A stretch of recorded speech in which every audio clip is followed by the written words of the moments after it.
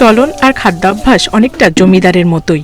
তাই জামালপুরের মিলনানন্দহের রফিকুল ও রোজিনা দম্পতি তাদের আদরের গরুর নাম দিয়েছেন জমিদার। 4 বছরের সেবা যত্নে জমিদারের ওজন এখন 1300 কেজি। সামাজিক যোগাযোগ মাধ্যমে ব্যাপক সাড়া ফেলেছে গরুটি। দেখতে ভিড় জমান অনেকে। 13 থেকে 14 লাখ টাকায় বিক্রির আশা খামারির। সে জমিদারের মতোই খাইতো, জমিদারের মতোই ওর চলাফেরা। জমিদার করে ডাকলে সে ডাকে সাড়া দেয়। গরুরা যদি ভালো দামে বিক্রি করতে পারি তাহলে বাড়ি ঘরের কাজ শুরু করবো। মেহেরপুরের গাংনী উপজেলার হোসেনারা খাতুন 1400 কেজি ওজনের কালুকে লালন পালন করছেন 2.5 বছর ধরে।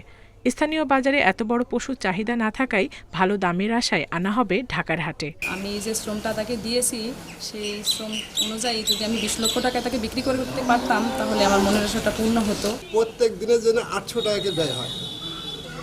এখন এই গরুটা আনুমানিক 1400 কেজি ওজন হবে। পাহাড়ে নজর কাটছে বিশাল আকৃতির ষাঁড় সম্রাট। প্রায় 7 ফুট উচ্চতা আর 10 ফুট দৈর্ঘ্যের সম্রাটের ওজন প্রায় 1100 কেজি। ফ্রিজিয়ান জাতের গরুটির দাম হাঁকা হচ্ছে 12 লাখ টাকা।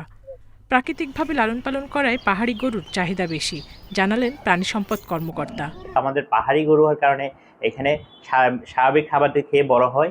এখানে অ্যাস্টেরয়েড জাতীয় কোনো কিছু এখানে প্রয়োগ করা হয় না এবং খামারিরাও কিন্তু এ ব্যাপারে অনেক সচেতন, যার কারণে আমরা খামারিদেরকে বিভিন্নমূলক প্রশিক্ষণ এবং উদ্বুদ্ধমূলক উঠান বৈঠকের মাধ্যমে তাদেরকে আমরা সচেতন করেছি। গেল কয়েক বছরের মতো এবারও পর্যাপ্ত গবাদি পশু মজুদ আছে বলে জানিয়েছে প্রাণী সম্পদ বিভাগ।